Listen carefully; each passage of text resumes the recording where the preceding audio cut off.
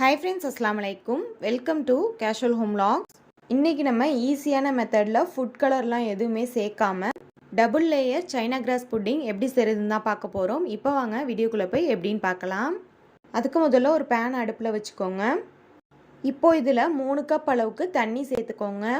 இப்போ தண்ணி சேர்த்ததுக்கப்புறமா 1 கப் அளவுக்கு சைனா கிராஸ் நம்ம சேர்க்க போகிறோம், கடல் பாசி. இந்த சைனா கிராஸ் நமக்கு நீட்டமாக இருக்கும். இதை பொடிசாக கட் பண்ணி வச்சுக்கணும். அப்போ தான் நமக்கு ஈஸியாக கரைஞ்சி வரும். கட் பண்ண கடல் பாசி 1 கப் அளவுக்கு சேர்த்துக்கணும். இந்த தண்ணியில் சேர்த்துட்டு நல்லா மிக்ஸ் பண்ணி விட்டு கொதிக்க வச்சுக்கோங்க. இந்த கடல் பாசி ஒரு 2-3 நிமிஷத்துலேயே நல்லா அந்த தண்ணியில் கரைஞ்சிரும். இப்போ இதில் நம்ம சுகர் சேர்த்துக்கலாம். சுகர் 3/4 கப் அளவுக்கு சேர்த்துக்கோங்க. கடல் பாசிக்கு நம்ம சுகர் கொஞ்சம் கூட சேர்க்குற மாதிரி தான் இருக்கும். இப்போ சுகரையும் சேர்த்துட்டு நல்லா இந்த மாதிரி மிக்ஸ் பண்ணி விட்டு கரைச்சி விட்டுக்கோங்க. அந்த சுகர் நல்லா அந்த தண்ணியில் கரைஞ்சி கொதிச்சு வரணும். இப்போ அடுப்பை ஆஃப் பண்ணிக்கோங்க. இப்போ இந்த சுகர் எல்லாமே நல்லா கரைஞ்சிருச்சு. இப்போ ஒரு பவுல் எடுத்துக்கிட்டு நம்ம செஞ்சு வச்சுருக்கோம் பார்த்தீங்களா, இந்த கடல் பாசி தண்ணி, இதுலேருந்து பாதி அளவுக்கு மட்டும் இதில் சேர்த்துக்கோங்க. இப்போது இந்த பாதி அப்படியே இருக்கட்டும். இதை மூடி வச்சுருங்க. கண்டிப்பாக மூடி தான் வைக்கணும், இல்லைனா சீக்கிரமாக நமக்கு செட் ஆகிடும். இன்னொரு பாதி அந்த பேனில் இருக்குது பார்த்தீங்களா, இதை திரும்பவும் அடுப்பில் வச்சு அடுப்பை ஆன் பண்ணிக்கோங்க. இப்போ இதில் 1/2 கப் அளவுக்கு பசும்பால் சேர்த்துக்கோங்க. நான் காய்ச்சாத பால் தான் சேர்த்துருக்கேன். நீங்கள் காய்ச்சின பால் கூட சேர்த்துக்கலாம். இப்போ பாலையும் சேர்த்துட்டு ஜஸ்ட் ஒரு கொதி மட்டும் வந்தால் போதும். ஒரு கொதி வந்ததுக்கப்புறமா நல்லா மிக்ஸ் பண்ணி விட்டுட்டு ஆஃப் பண்ணிக்கோங்க அடுப்பை. ஏன்னா ஏற்கனவே அந்த அகரகரும் சுகரும் கரைஞ்சிருச்சு நல்லாவே. அதனால் ரொம்ப நேரம் கொதிக்க வைக்கணும்னு அவசியம் இல்லை. இப்போது நீங்கள் இந்த கடல் பாசியை எதில் ஊற்றி வைக்க போகிறீங்களோ அந்த பிளேட் எடுத்துக்கோங்க.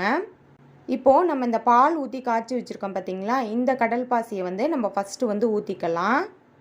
இதை ஊற்றிட்டு நல்லா சூடாக இருக்கும். ஒரு 10 நிமிஷத்துக்கு மட்டும் வெளியில் வச்சுட்டு அதுக்கப்புறமா நீங்கள் ஃப்ரிட்ஜில் எடுத்து வச்சுக்கோங்க. அப்போ தான் நமக்கு சீக்கிரமாக செட் ஆகி வரும். இந்த மேலே பபிள்ஸ் மாதிரிலாம் இருக்குது பார்த்தீங்களா, இதெல்லாம் கரண்டியை வச்சு நீங்கள் உடச்சி விட்டுக்கலாம். இப்போ இதை ஃப்ரிட்ஜில் வச்சுட்டேன். அதுக்குள்ளே நம்ம இன்னொரு பாதி பவுலில் எடுத்து வச்சுருந்தோம் பார்த்தீங்களா கடல் பாசி தண்ணி, ஸோ அதை எடுத்துக்கோங்க. இப்போது இதில் டேங் பவுடர் எல்லாருக்குமே தெரியும். டேங் பவுடர் உங்கள்கிட்ட இல்லைன்னா ரஸ்னா பவுடர் கூட நீங்கள் வாங்கி சேர்த்துக்கலாம். இப்போது இந்த டேங் பவுடர்லேருந்து நான் 2 ஸ்பூன் அளவுக்கு இந்த கடல் பாசி தண்ணியில் நான் சேர்த்துக்கிறேன். நான் எடுத்துருக்க ஃப்ளேவர் ஆரஞ்சு ஃப்ளேவர். உங்களுக்கு எந்த ஃப்ளேவர் பிடிக்குமோ நீங்கள் அதுவே எடுத்துக்கலாம். ஸோ இப்போ இந்த 2 ஸ்பூன் டேங் பவுடர் கலந்துருக்க பார்த்தீங்களா, இதை நல்லா ஸ்பூன் வச்சு மிக்ஸ் பண்ணி விட்டு கலந்து விட்டுக்கோங்க. இப்போது இந்த கடல் பாசியை நீங்கள் ஒரு மூடியை வச்சு மூடி வச்சுக்கோங்க, இல்லைனா சீக்கிரமாக செட் ஆகிடும் நமக்கு. இப்போது ஃப்ரிட்ஜில் ஒரு 1/4 மணி நேரம் நான் இந்த கடல் பாசி வச்சு எடுத்தேன். நல்லாவே செட் ஆகிருக்கு பாருங்கள்.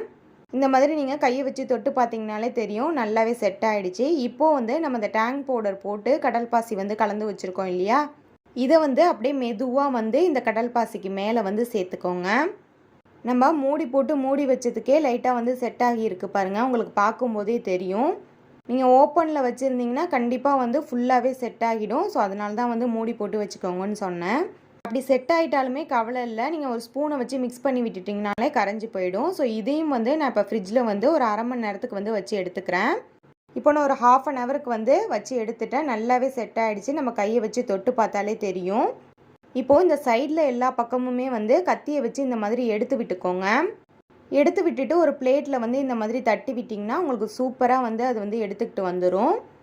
பாருங்கள், சூப்பராக நமக்கு செட் ஆகி வந்துருச்சு. இப்போது இதை நமக்கு விருப்பப்பட்ட ஷேப்பில் கட் பண்ணிக்கலாம். நான் ஸ்கொயர் ஷேப்லேயே கட் பண்ணிக்கிறேன்.